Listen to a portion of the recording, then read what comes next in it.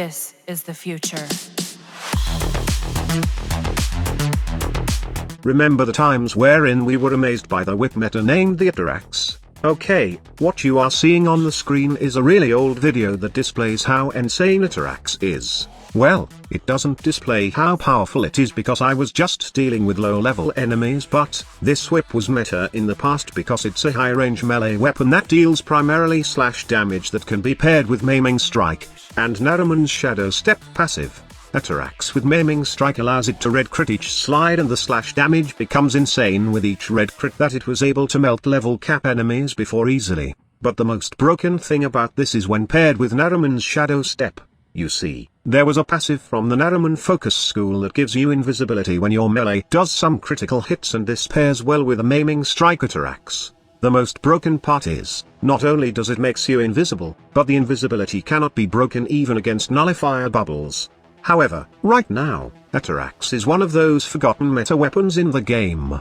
It wasn't nerfed by Digital Extremes, but what they did with the Maiming Strike and Naruman Shadow Step affected the Atarax by a lot. We all know that Shadow Step is now gone and Maiming Strike was changed from an additive buff to a stacking buff, but base functionality increased from 90% to 150%. Well, even with the increase in base functionality still, it can't cope with the past meta of Maiming Strike, because just think of it as like Arcane Avenger or Mace's Ballistic Bullseye Augment that gives an additive critical chance, which means those weapons that have no critical can dish out critical hits, and for those who have will easily gain red crits.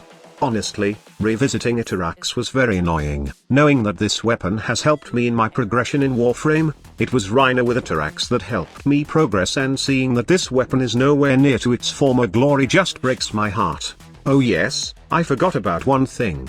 The whip can go through walls back in the day, so players were exploiting this by going into a room and just hitting enemies through the wall.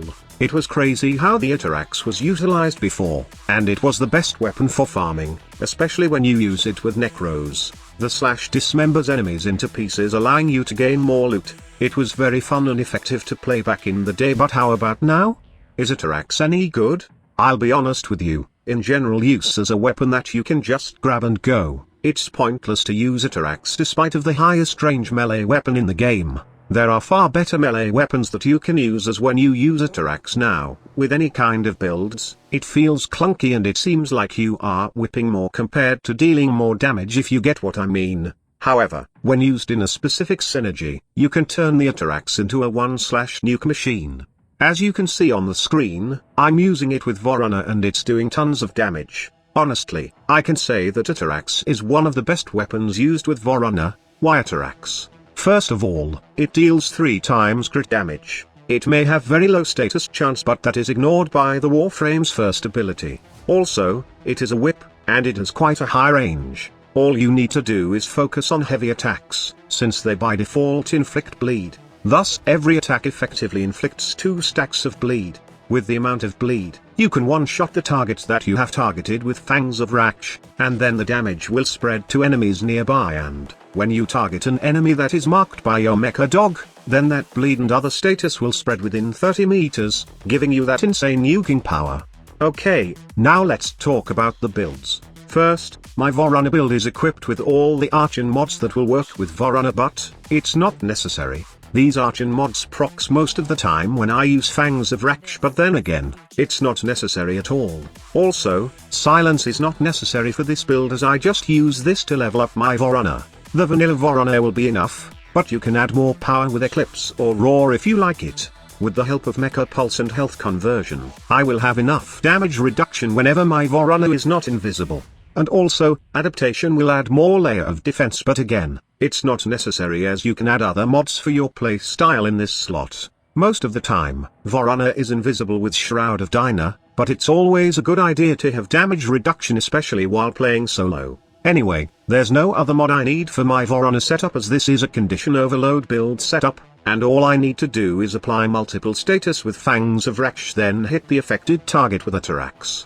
For the Atarax build, go for a heavy attack build. Now, you can add variety to this build by taking advantage of Vorunner's increase heavy attack efficiency build. This way, you can gain more damage from combo count. To do this, simply replace this primed smite mods with Blood Rush. and then add reflex coil in your build. To take care of combo duration, just get 15 seconds combo duration from equipping the dexterity arcanes in your primary and secondary. Also, use the Naruman focus so you won't reset all your combo. The only problem with this though is you will vulnerable to knockdowns since you are not using the status effect resistance from Vorunner's second ability passive, and you will be building combo for this setup, hence Vorunner will not be always invisible. Good thing is that my setup has full of damage reduction though, so you got nothing to worry about. So that's all about it. Be sure to check out later as I got more Warframe build combos that I'll be sharing with you guys. Thank you so much for watching. Squad Leader signing off.